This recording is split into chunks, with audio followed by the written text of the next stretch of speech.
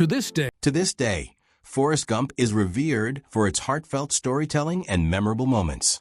Behind its iconic scenes and captivating performances lie a wealth of stories that add depth to our understanding of the film. From the real-life inspiration behind Forrest's epic cross-country run to the creative decisions that shaped its most memorable lines and sequences, Forrest Gump is a treasure trove of fascinating trivia. Most notably, there's this one huge blooper in Forrest Gump that nobody noticed until now.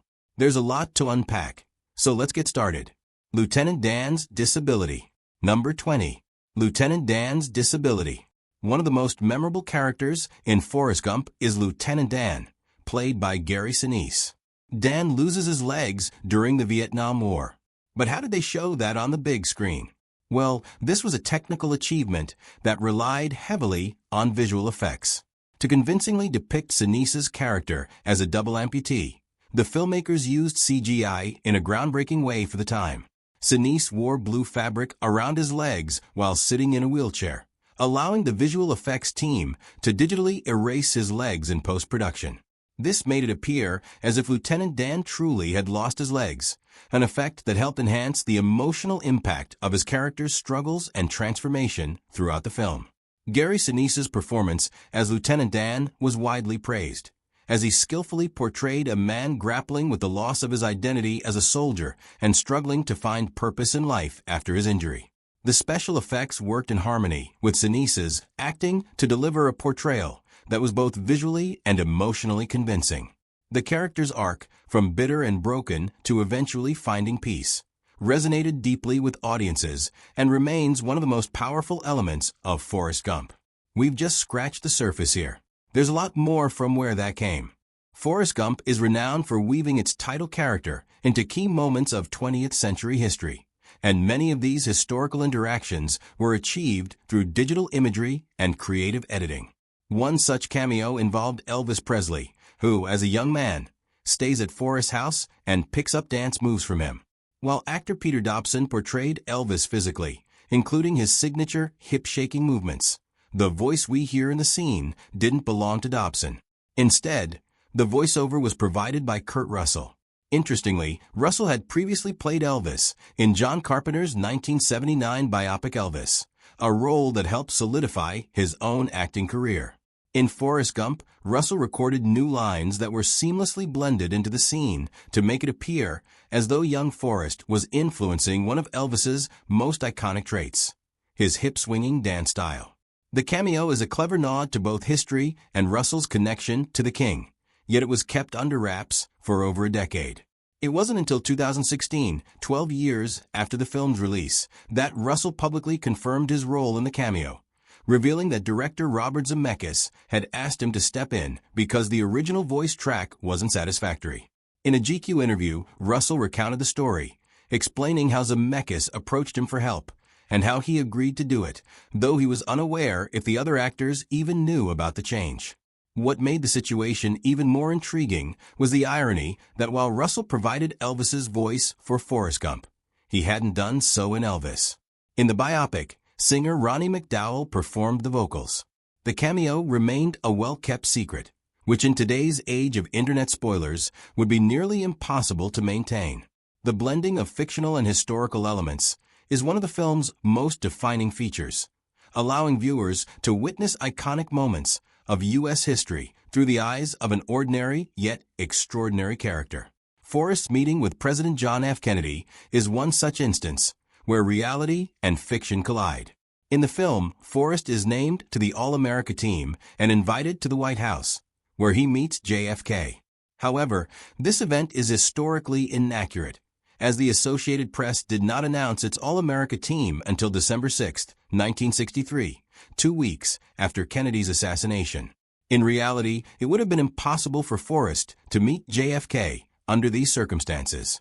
Despite this inconsistency, the scene serves a greater narrative purpose. It creates a moment where Forrest's fictional accomplishments are juxtaposed against a significant historical event, allowing the film to offer a playful reimagining of history. By doing so, Forrest Gump highlights its theme of an unlikely hero whose life intersects with major cultural and political milestones, blending whimsy with reality in a way that underlines the fantastical yet touching nature of the story. The audience is drawn into the magic of Forrest's journey, knowing full well that it's fictional, yet still captivated by the seamless integration of these key moments into the character's life. This next one may not seem like much on the surface, but there is a deeper meaning here. Number 17. The Conserved Bench. The bench from Forrest Gump is a memorable piece of cinematic history, playing a significant role in the film's iconic scenes. Positioned in Chippewa Square, Savannah, Georgia, this unassuming fiberglass bench became one of the most recognizable movie props of all time. It was on this bench that Forrest, played by Tom Hanks, spent the majority of the film narrating his extraordinary life story to strangers waiting at the bus stop. Well, behind the scenes, the location was carefully selected for its picturesque surroundings, and the bench became the centerpiece of many key moments in the film. To capture the perfect scenes, the production team positioned the bench on the north side of Chippewa Square, with Forrest facing Bull Street. Interestingly, the local Savannah police had to reverse the flow of traffic around the square to facilitate the shots of Forrest being picked up by a bus, ensuring the scene aligned with the filmmaker's vision. During production, 4 identical benches were used, each playing its part in various shots of Forrest's reflective monologues. After filming wrapped, one of these benches was donated to the city of Savannah, where it found its permanent home in the Savannah History Museum. This bench has since attracted numerous visitors who are eager to see the exact spot where Forrest shared his tales. Although fans cannot sit on the bench itself, as it is preserved behind protective barriers, they can admire it up close and even take part in a Forrest Gump film tour, which includes a visit to the famous square where the scenes were shot. The other 3 benches remain highly valuable collector's items, their whereabouts largely unknown. Like the ruby slippers worn by Judy Garland in The Wizard of Oz, these props have been auctioned off at staggering prices. Despite its simple appearance, the bench has been immortalized in both cinema and the hearts of fans worldwide. Do you remember Forrest's famous 3-year run across the United States? Well, there is a small detail you may have missed. As Forrest sprints past a small-town barbershop, he overhears a news report on the TV, informing the public that President Jimmy Carter has suffered from heat exhaustion. This event, which occurred on September 15, 1979, in real life, is portrayed as a moment that captures Forrest's attention, adding a layer of historical relevance to his otherwise unpredictable journey. However, the movie's playful take on history leads to some discrepancies. According to the film's story, Forrest begins his epic run on what seems to be July 5, 1976, which is before Jimmy Carter assumed the presidency in January 1977. This creates a contradiction, as Carter wasn't yet president during the start of Forrest's run. This blending of timelines was done simply to insert Forrest into pivotal historical moments in a way that reflects his unintended yet significant influence on history. Next up is another behind-the-scenes fact you may not have known. Number 15. Gruesome shooting conditions. During a panel at the New Yorker Live, Tom Hanks reflected on the physically and mentally grueling experience of filming Forrest Gump. One of the most iconic and emotionally significant sequences in the film, where Forrest runs across the country, required an immense amount of effort. Hanks described how this montage was not simply a matter of filming a few key moments in one location. Instead, the production team had to travel to various locations across the U.S. to capture the authentic beauty of different landscapes. This, as one can imagine, significantly added to the workload. Over the course of 27 consecutive days, Hanks had to repeatedly get into costume, run for several hours in different parts of the country, and then immediately fly to the next location to repeat the process. These cross-country scenes were physically exhausting, as they required constant movement and travel without much rest in between. The endless running sequences drained Hanks, and the accumulated fatigue took a toll on him. The demanding schedule for the running scenes left him with little energy for other important parts of the film, including the dialogue-heavy park bench sequences. These scenes, which became a cornerstone of Forrest's storytelling in the movie, were shot in just a day and a half. Despite being essential to the film's narrative, Hanks recalled how he was utterly exhausted by the time they filmed these scenes. He struggled to stay focused amid the oceans of dialogue he had to deliver. Speaking of his dialogue, did you notice his Southern accent? Number 14. His Southern accent. To capture the authenticity of Forrest's Alabama roots, Hanks had to perfect the Southern accent in a way that sounded natural and unforced. Interestingly, rather than relying on traditional dialect coaching, Hanks modeled his accent after the young actor who played the childhood version of Forrest, Michael Connor Humphreys. Humphreys, a Mississippi native, had a naturally soft Southern drawl, and Hanks took great care to mimic his speech patterns. This created a consistent voice for both the young and adult versions of the character. The collaboration between Hanks and Humphreys in developing the accent was instrumental in the film's success. Hanks' dedication to getting the accent right paid off, as his portrayal was not only critically acclaimed, but also earned him an Academy Award for Best Actor. Meanwhile, Michael Connor Humphreys' own performance was recognized with a Young Artist Award for his role as young Forrest. His authentic Southern accent and natural portrayal of the character's early years helped lay the foundation for Hanks' iconic performance. Instead of receiving a traditional salary for his role in the 1994 blockbuster, Hanks chose to negotiate for percentage points, meaning he would receive a portion of the film's overall profits. This decision mirrored the character of Forrest himself, who displayed an intuitive sense of financial foresight throughout the movie. At the time, the film was a gamble. Although the production team and Hanks believed it had the potential to be successful, no one could have predicted just how monumental it would become. Forrest Gump went on to gross over $678 million worldwide, becoming one of the highest-grossing films of that year. Thanks to his percentage points deal, Hanks reaped the rewards when the movie exceeded expectations. By the end of its box office run, it's estimated that he earned around $65 million, far more than he would have received through a standard salary. Benjamin Buford Bubba Blue, portrayed by Michael T. Williamson, is one of the standout supporting characters in the film.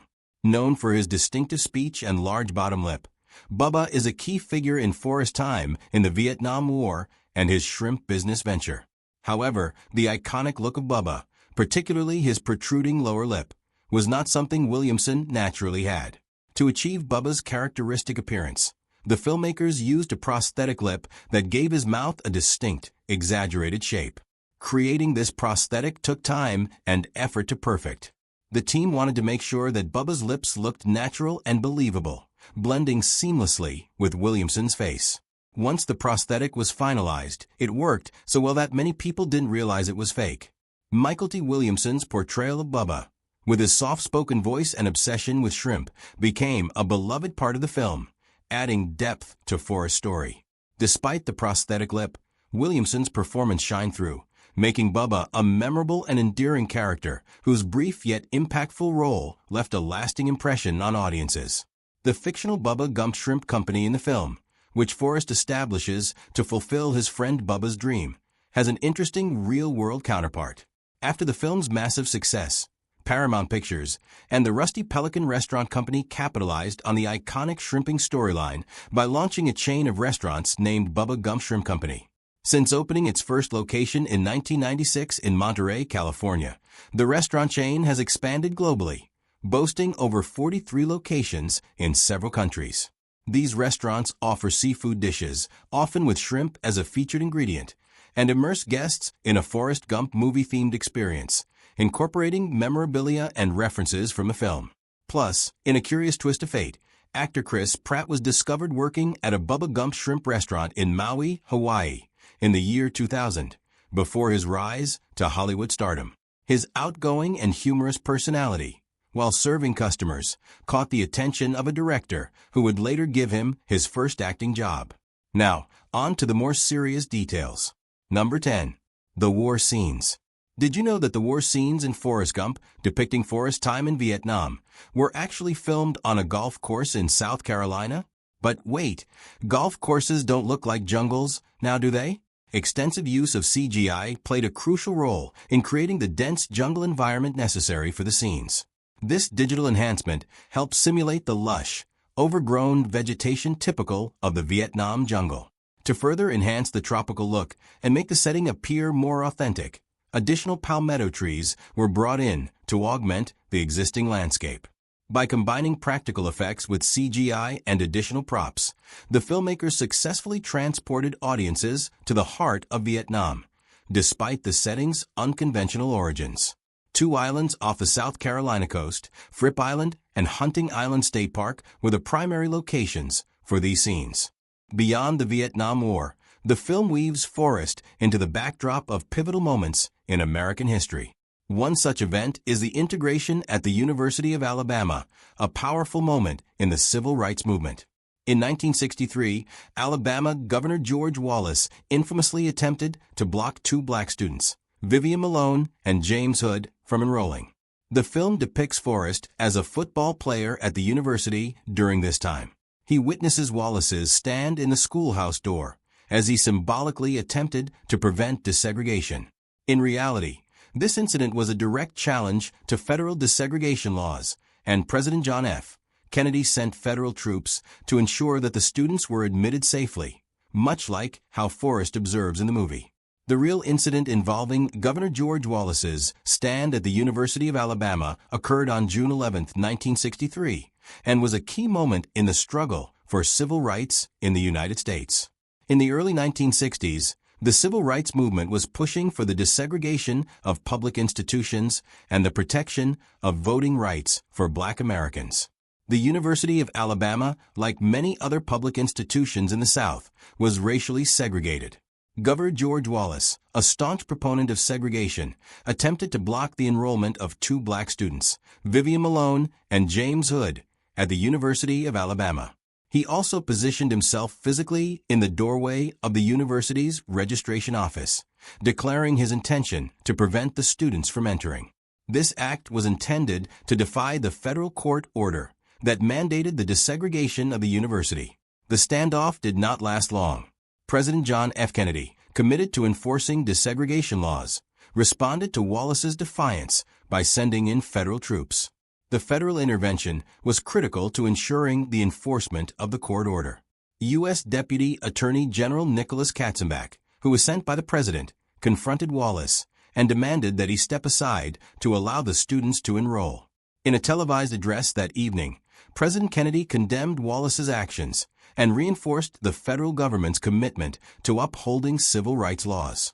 Wallace eventually backed down, and Malone and Hood were able to enroll at the university with federal protection. In the original script of Forrest Gump, the Vietnam War scenes took a darker turn, reflecting a real, but now discontinued, military practice. The script initially depicted every member of Forrest and Bubba's platoon as having low IQs, a nod to the historical reality where soldiers with below-average intelligence were allowed to enlist during the Vietnam War. These individuals were often grouped together in the same platoon. This practice was intended to minimize potential issues by consolidating those with similar capabilities, though it was ultimately seen as a problematic approach. The U.S. Army, concerned about how this portrayal might affect their image, objected to this representation. Consequently, the film was revised to depict only Forrest and Bubba as being mentally challenged, while the rest of their platoon was shown as average soldiers. Despite this adjustment, Forrest Gump received a commendation for its depiction of the Vietnam War from military historian Bill Allison. Allison highlighted the film's surprising accuracy in portraying the chaotic and perilous nature of the war. He focused particularly on an ambush scene where Forrest rescues Bubba, noting that ambushes were a common tactic used by the Viet Cong to avoid direct confrontation and maintain concealment.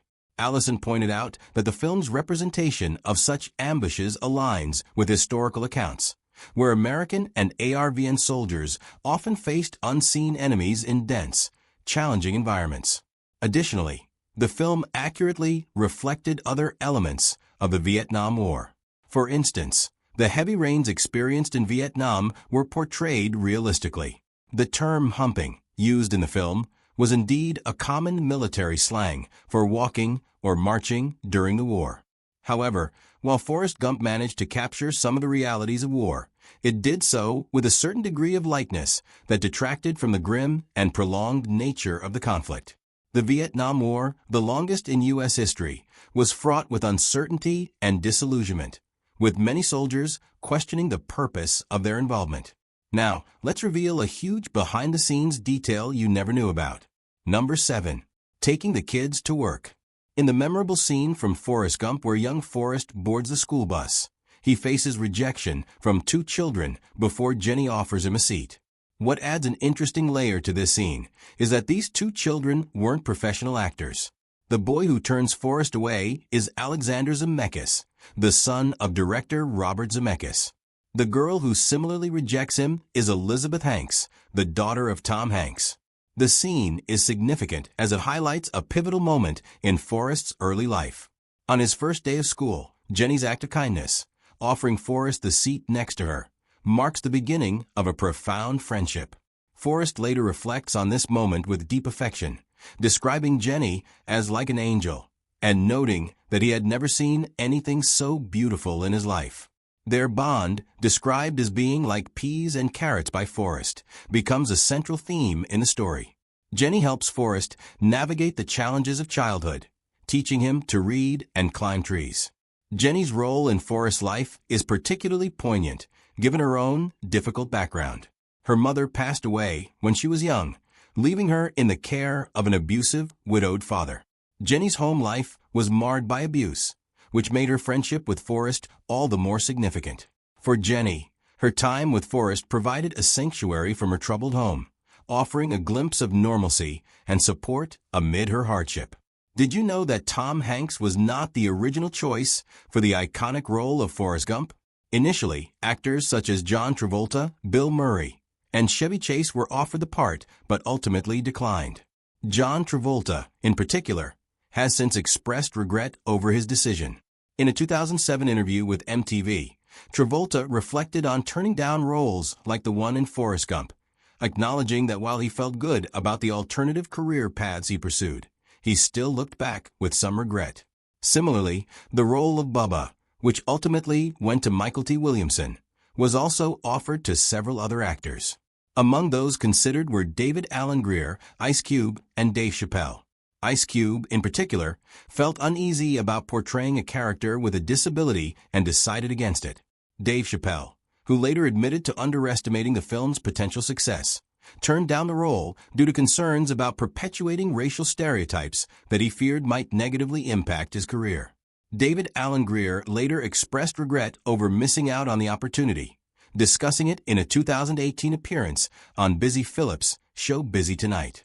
Ice Cube, who was balancing his acting career with his music career at the time, also reportedly regretted passing on the film after it achieved remarkable success. The role of Jenny Curran was another part with an interesting casting history. Jodie Foster, Nicole Kidman, and Demi Moore were all considered before Robin Wright ultimately took on the role. Wright's portrayal earned her both Golden Globe and SAG nominations, showcasing her remarkable contribution to the film. Lastly, Kevin Bacon was initially considered for the role of Lieutenant Dan before it was offered to Gary Sinise, allowing him to bring a memorable and impactful performance to the character.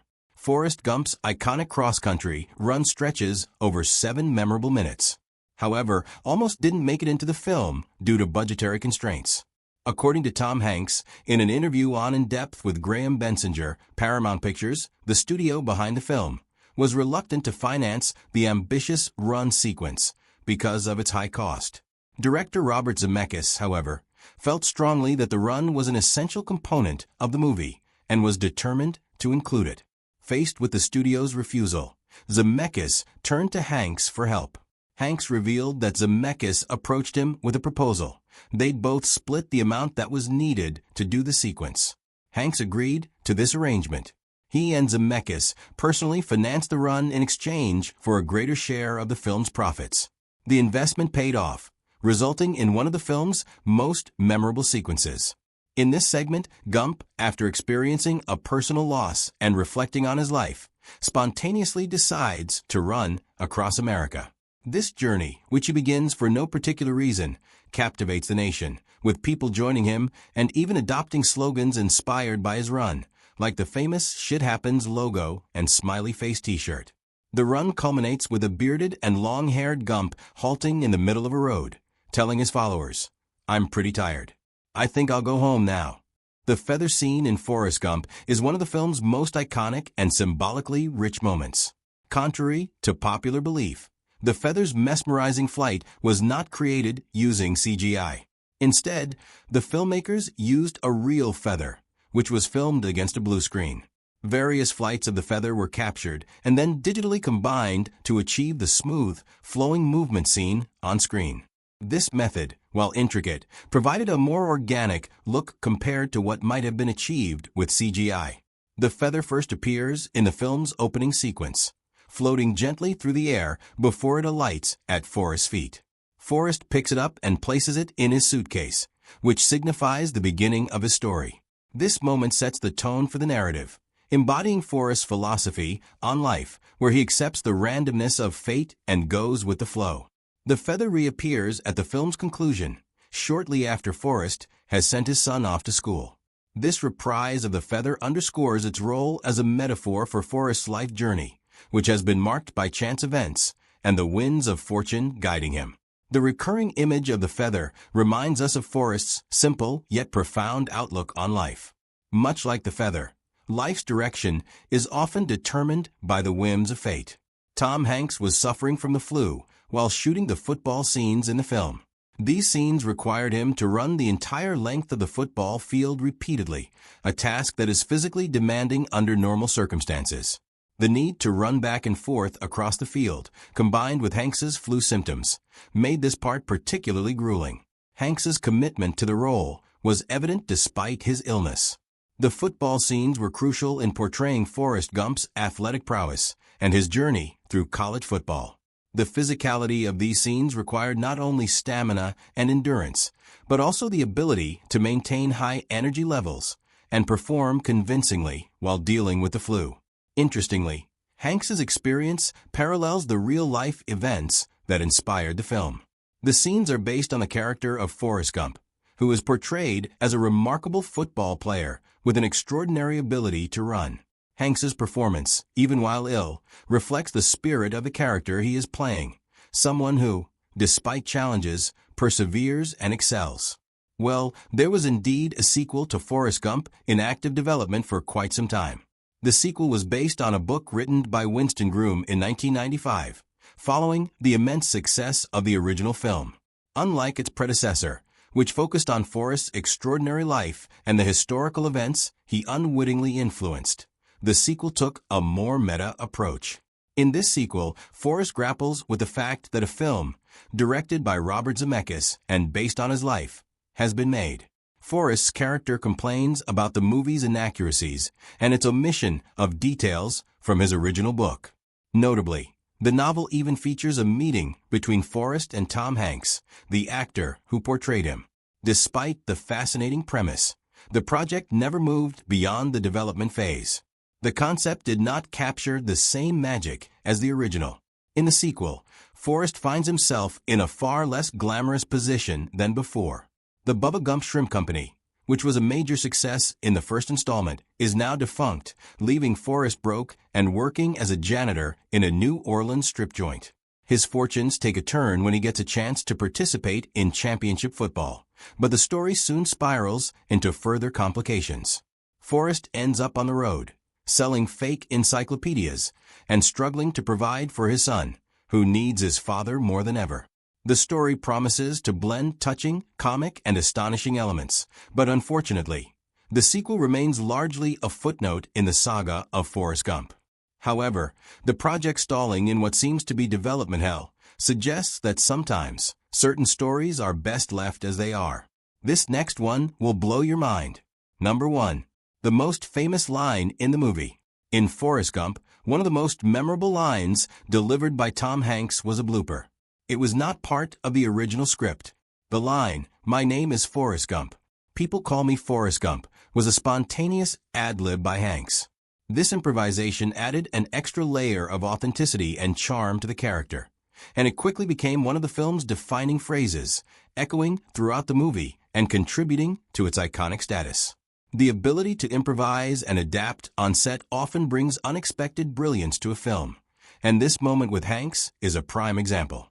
It highlights how the chemistry between the actor and the character can lead to memorable and impactful moments that transcend the script. The line became a hallmark of Forrest Gump's straightforward and unassuming character.